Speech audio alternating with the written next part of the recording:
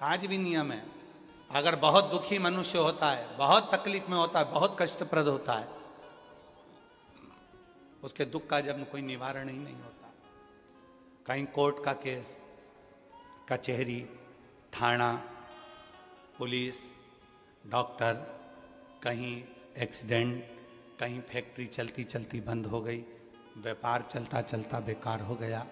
हर तरह से जब वो हताश हो जाता है, तब अब आप लोग तो बिहार भोजपुर जाकर, बिहार के भोजपुर में अरण्या देवी का मंदिर है, पर आप तो वहां नहीं जा सकते। तो उसके लिए 7 लाल पुष्प या एक ही पुष्प की 7 लाल पत्तियां, 7 दुर्वा के साथ में, 7 लाल अक्षत के साथ में, यदि अरण्यानी देवी के नाम से, अरण्यानी देवी के नाम से यदि बेलपत्र के वृक्ष के नीचे समर्पित कर दिया जाता है, तो वो अरण्यानी देवी तुम्हारे घर के जितने भी दुख होते हैं, चाहे कोर्ट से जुड़ा हो, पुलिस से जुड़ा हो, चाहे फैक्ट्री बंद हो रही हो, व्यापार बंद हो रहा हो, तो अरण्यानी देवी उसको संभाल लेती है और बल देकर उसको पुनः आगे बढ़ा देती है। वरुण, और केवल छत्तीसगढ़ वालों के लिए नहीं, पूरे विश्व के माताओं को यह मालूम होना चाहिए कि तुम्हारे मांग में जो सिंदूर भरा होता है, हनुमान जी को जो सिंदूर चढ़ा हुआ होता है, गणेश जी को जो सिंदूर चढ़ा हुआ होता है, माता के मांग में जो सिंदूर भरा हुआ होता है, वो सिंदूर आया कहां से था? ये पूरे विश्व की माताओं को, ये पूरे भारत देश की नहीं, संपूर्ण विश्व की माताओं को यह मालूम होना चाहिए कि गणेश जी पे चढ़ा हुआ सिंदूर कहां से आया, सिंदूर का जन्म कहां से हुआ, हनुमान जी पे चढ़ा हुआ सिंदूर कहां से आया, उस सिंदूर का जन्म कहां से हुआ। नारी के मस्तक पर जो सिंदूर भरा रहता है, वो सिंदूर आखिर नारी के मस्तक पर आया, तो वो सिंदूर का जन्म कहां से हुआ, उस सिंदूर की प्रबलता क्या है?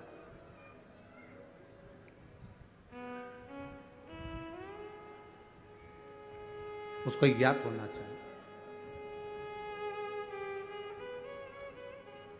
अब होकर भगवान के सहारे छोड़कर करो, मेहनत करो, अच्छी करो, बहुत अच्छी तरह से जितनी मेहनत कर सकते हो उतनी मेहनत करो, जितना कर्म कर सकते हो अच्छा कर्म करिए, पर भगवान के आश्रित होकर, उसके भरोसे रहकर करिए।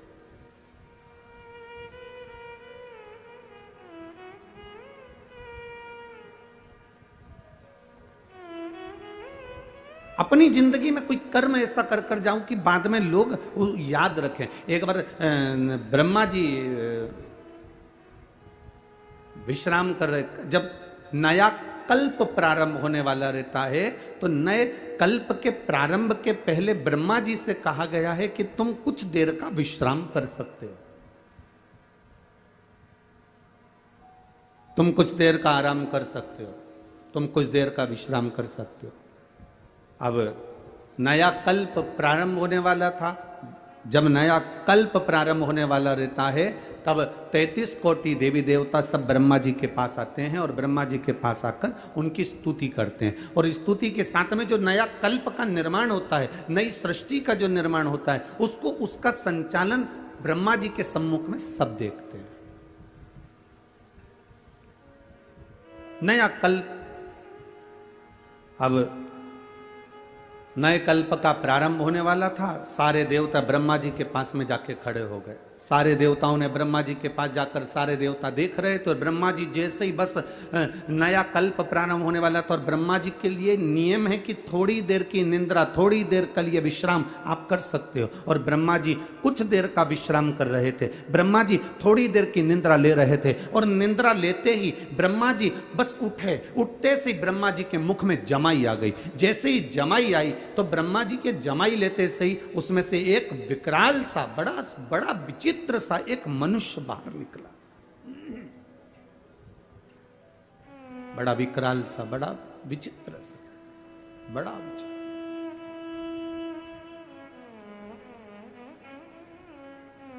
एक मनुष्य बाहर निकला, प्रकट हुआ।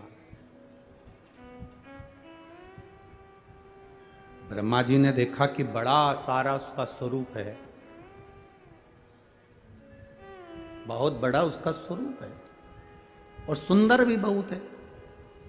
शरीर पर इतना तेज है कि एकदम उसका शरीर लाल हो रहा है, बड़ी बड़ी भुजाएं उसकी, बड़ा बड़ा शरीर उसका, बड़ा वीर सा नजर आ रहा है, बड़ा प्रबलता सा नजर आ रहा है। ब्रह्मा जी ने पूछ लिया, तुम कौन हो? उसने कहा, मुझे नहीं मालूम मैं कौन हूं। क्या नाम है तुम्हारा? मुझे नहीं मालूम मेरा नाम क्या है। कहां से आए हो? पता नहीं, परंतु इतना जानता हूं कि मैं आपके शरीर से प्रकट हुआ। मैं इतना जानता हूं कि आपके शरीर से हुआ हूं। आपने जब निंद्रा त्यागने के बाद आपने जो बकासी ली, आपने जमाई ली और उस जमाई से मैं प्रकट हो गया। ये कथा आपको मालूम होना चाहिए। कल्प की शुरुआत है और कल्प की शुरुआत में ब्रह्मा जी के मुख से एक व्यक्ति ने, एक मानव ने, एक विचित्र सा मानव उनके मुख से जमाई लेने पर प्रकट हो गया।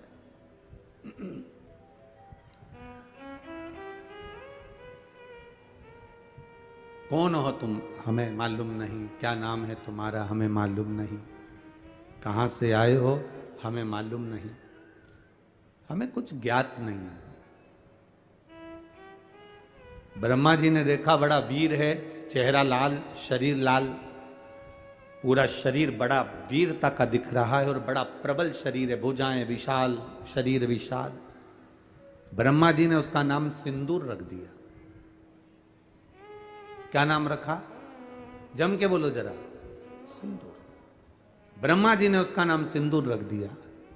अब सिंदूर रखा तो उसने, ब्रह्मा जी ने प्रसन्न होकर उसको वर देना प्रारंभ कर दिया कि सिंदूर, तुम दिखने में भी सुंदर हो, वीर भी हो, प्रबल भी हो, तो हम तुम्हें वर देते हैं कि तुम जगत में वीरता के रूप में रहोगे, प्रबल रहोगे, तुम्हारी भुजाओं का बल प्रबल रहेगा, तुम्हारे भीतर एक तेज हमेशा भरा रहेगा, तुम्हारे तेज को देखकर स्वयं यम के दूत भी डरेंगे। ब्रह्मा जी कह रहे हैं तुम्हें बल इतना दे दिया, तुम्हारी मर्जी पड़े तुम वहां रह सकते हो, पूरी सृष्टि, पूरा ब्रह्मांड तुम्हारे लिए है, तुम कहीं पर भी अपना राज्य बसा सकते हो, तुम कहीं पर भी रह सकते हो। हमारा वर तुम्हें देते हैं, तुम कभी क्षय नहीं होगे, मरोगे नहीं।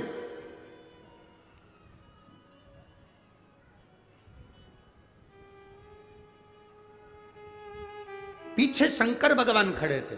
भगवान देवादिदेव महादेव ने कहा, कहां का वर दे रहे हो कि मरेगा नहीं? रुको,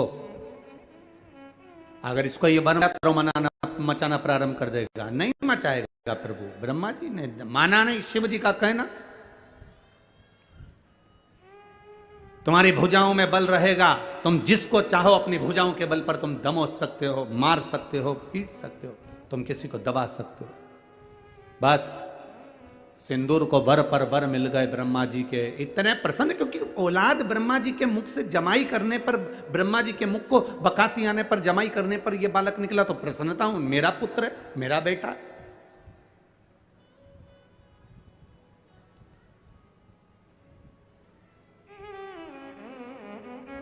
बेटे को लायक बनाओ, मना नहीं है। बेटे को खूब पढ़ाओ, मना नहीं है। बेटे को लायक बनाओ, मना नहीं है। पर बेटे को इतना लायक मत बना देना कि वो अपने मां बाप को ही नालायक समझने लगे। बेटे को लायक बनाना, पढ़ाना, खूब पढ़ाना, पर बेटे को इतना लायक मत बना देना कि जिस मां ने उसको समझाया, जिस पिता ने उसकी एजुकेशन पर खर्च करा, जिस मां ने उसको पढ़ाया, जिस पिता ने अपनी नौकरी कर कर कर रुपया बचा बचा कर अच्छे कॉलेज में भेजा, जिस मां ने उसके कपड़े, उसका पहनावा, उसका रहन सहन, जिस मां ने उसको बना बना कर भोजन खिलाया, जिस पिता ने अपनी पूरी जिंदगी बेटे को एजुकेशन देने में, पढ़ाने में, आगे बढ़ाने में लगा दी, एक दिन बेटा अपने माँ बाप को नालायक समझे, इतना लायक मत बनाना। बेटों को लायक बनाओ, बच्चों को लायक बनाओ, पढ़ाओ, खूब पढ़ाओ, पर संस्कार देकर पढ़ाना। जो बच्चे संस्कार लेकर नहीं पढ़ते, पढ़ते तो हैं पर उनमें संस्कार नहीं होते, तो एक दिन माता पिता को वो नालायक समझने लगते हैं। हमारे मम्मी पापा में तो अकल नहीं है, हमारे पापा तो हर कुछ के देते हैं, हमारी मम्मी तो हर कुछ बोल देती है, हमारी माँ में तो अकल नहीं है, हमारे पिताजी में तो अकल नहीं है। जब तुम्हारे बच्चे तुम्हारे मुंह पर कह दें कि तुम में अकल नहीं, तुम चुप बैठी रहो, तुम में अकल नहीं, तुम चुप रहो, जब तुम्हारे घर के बच्चे बोलने लगे ये शब्द, समझ लेना कि तुमने बेटों को लायक तो बनाया पर संस्कार देकर लायक नहीं बनाया, इसलिए वो तुम्हें नालायक समझ रहे हैं।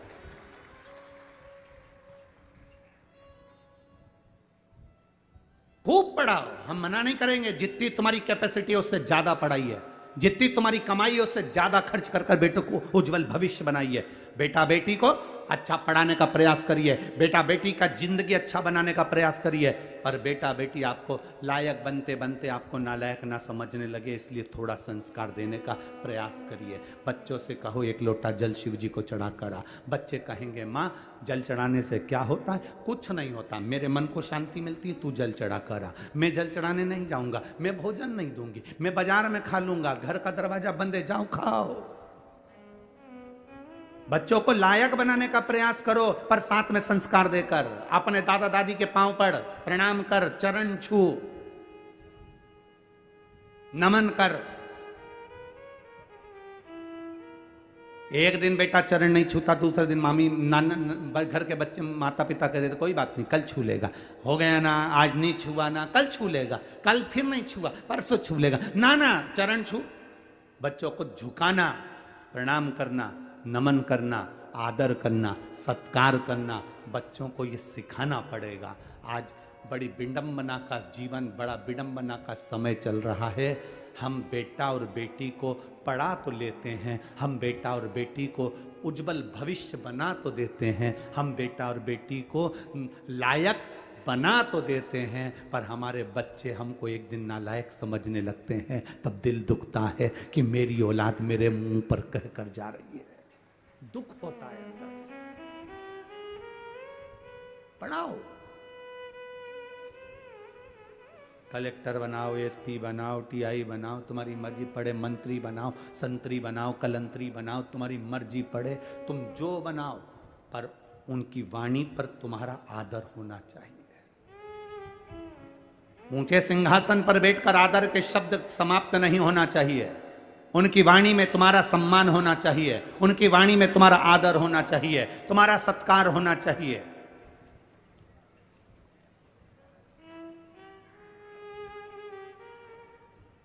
अरे बेटा एडीलैंड में, बेटी है न्यूयॉर्क।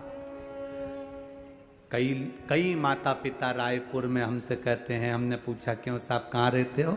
बस गुरुजी आपकी जो कथा हो रही ना उसके पास में हमारी बिल्डिंग है, हम वहीं सी सेक्टर में रहते हैं। अच्छा सी सेक्टर में कौन सी? तो का बस 8वें मंजिल पर, चौथे मंजिल पर हमारा फ्लैट है। हमने कहा कौन कौन घर में? मेरा बेटा तो वहाँ है और मेरी बेटी वहाँ है। बेटा है डीलैंड में, बेटी है न्यूयॉर्क।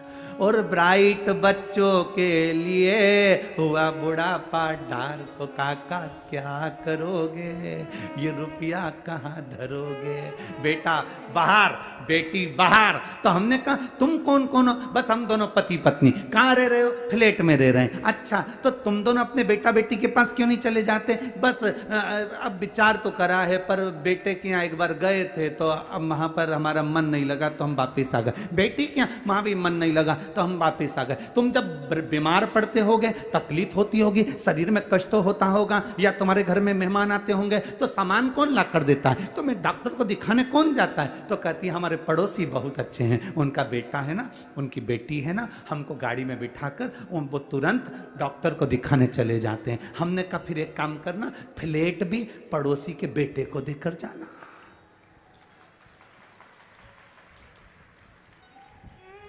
मरने के समय पर बूढ़े माँ बाप को डॉक्टर को दिखाने पड़ोसी के बच्चे जा रहे हैं। सब्जी पड़ोसी के बच्चे लाकर दे रहा है, देखरेख पड़ोसी के बच्चे कर रहे हैं। तो मकान की देखरेख तुम कर रहे हो किसके लिए?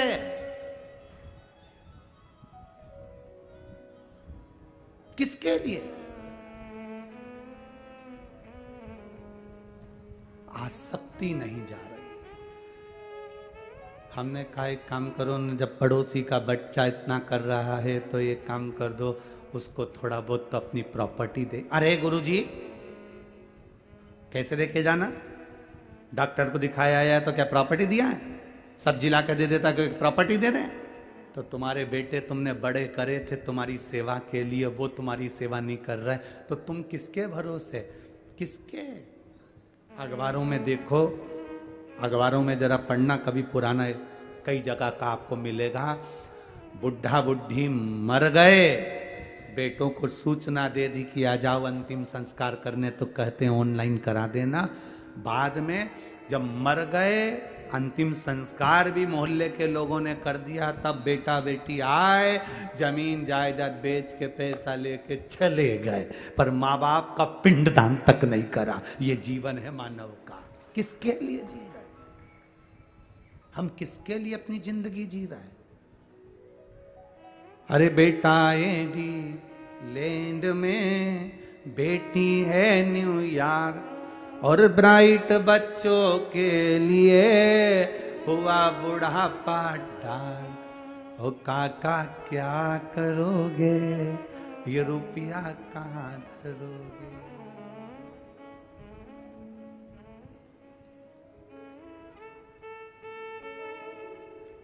केवल ऑनलाइन बच्चों से प्रेम हो गया, ऑनलाइन प्रेम।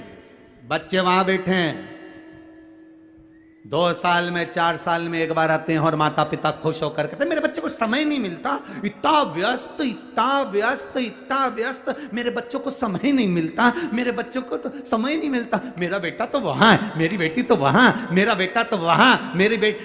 एक चरित्र आता है, एक माँ कुएं से पानी भर रही थी, उसके साथ में 4 माताएं खड़ी थी।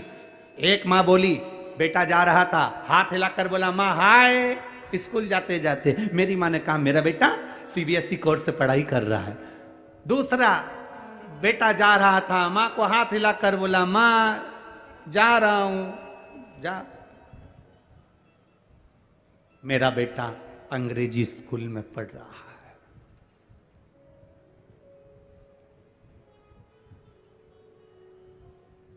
एक माँ का बेटा जा रहा था, माँ बाल्टी उठाकर ले जा रही थी। बेटे ने कहा रुक माँ, पहले मैं बाल्टी घर रख कर आता हूँ फिर जाऊंगा। माँ कहती है मेरा बेटा सरकारी स्कूल में पढ़ रहा है। ये मेरा बेटा है जो सरकारी स्कूल में पढ़ रहा है। अंग्रेजी स्कूल में पढ़ाओ, सीबीएसई कोर्स से पढ़ाओ, एक से बढ़कर एक स्कूल में पढ़ाओ, पर अपने बच्चों को संस्कारवान बनाने का जवाबदारी तुम्हारी है।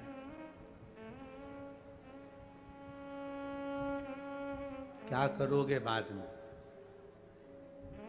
क्या करोगे?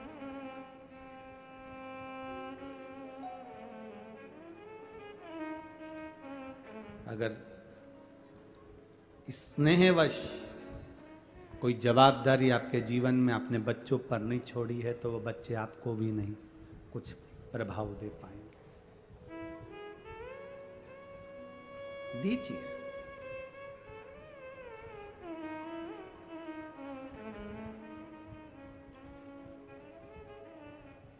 अपने बच्चों को प्रबल बनाने के साथ में हम कहें लायक बनाओ, पर आपको नालायक ना समझे। वो होप पढ़ाओ, बच्चों को एक काम जरूर सिखाओ, जाओ शिव के मंदिर जाओ, जाओ थोड़ा बहुत झुकोगे, प्रणाम करोगे, नमन करोगे, मंदिर तक जाओगे, अपने संस्कारों को अपने धर्म को भूल नहीं पाओगे।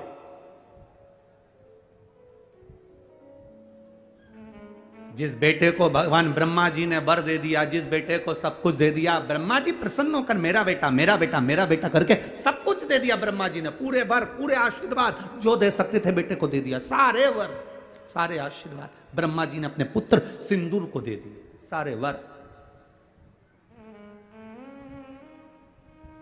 मेरी जीजियों, ब्रह्मा जी जैसी गलती मत करना। ब्रह्मा जी ने सारे वर ब्रह्मा जी ने अपने बेटे सिंदूर को दे दिया। तुम वो गलती मत करना कि पूरी पूरी चीज अपने घर के बच्चों को दे दो। एक इतनी बड़ी लोहे की पेटी यहाँ से जाते जाते खरीद लो, उसमें भले कुछ मत रखो, जाते जाते 2-4 पत्थर उठा के ले जाओ, पुरानी साड़ी में लपेट के पेटी में रख दो, बउएं आए उसके पहले पेटी पत्थरों से भर लो। बताना मती बहुओं को, बोलने की जरूरत नहीं है बहुओं को कि इसमें पत्थर भरा है, इसमें कुछ भरा हुआ है। बस दिवाली का समय आए बहुओं से कहना थोड़ा पेटी हटाना, मेरे को सफाई करना है। बहुएं पेटी हटाएंगी, सफाई कर देना, बहुओं को भी लगेगा कुछ है। मरती मर जाना, पर बहुओं के सामने कभी पेटी मत खोलना, कभी मत खोलो। अंतिम समय आए, यम के दूत तुम्हें बंदी बनाने आए, तुम्हें लगने लगे कि मैं मर रही हूं, तो मरते मरते घर की बहू को बुलाकर, एक किसी भी बहू को, बड़ी हो छोटी हो, किसी के हाथ में चाबी दे जाना, बेटा सब बांट लेना हो, अब मैं चली। बहुओं इतनी समझदार हैं, 13 दिन पेटी नहीं खोलेगी, क्योंकि घर में नंदे आई हुई हैं, हिस्सा देना पड़ेगा तो पेटी छुपा देगी। बहुओं ने इतनी जल्दी पेटी को खोलेंगी नहीं, छुपा देंगी।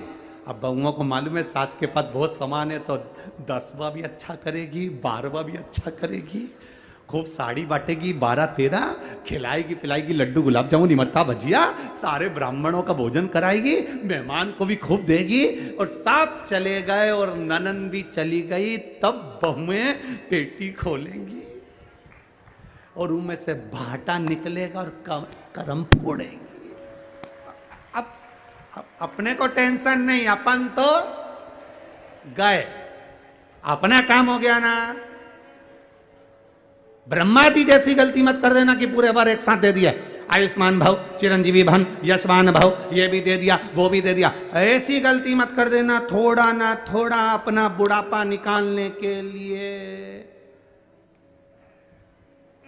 कमर में खोस के रखो, थोड़ा ना थोड़ा। एकदम ब्रह्मा जी ने सब दे दिया, सब ब्रह्मा जी ने दे दिया।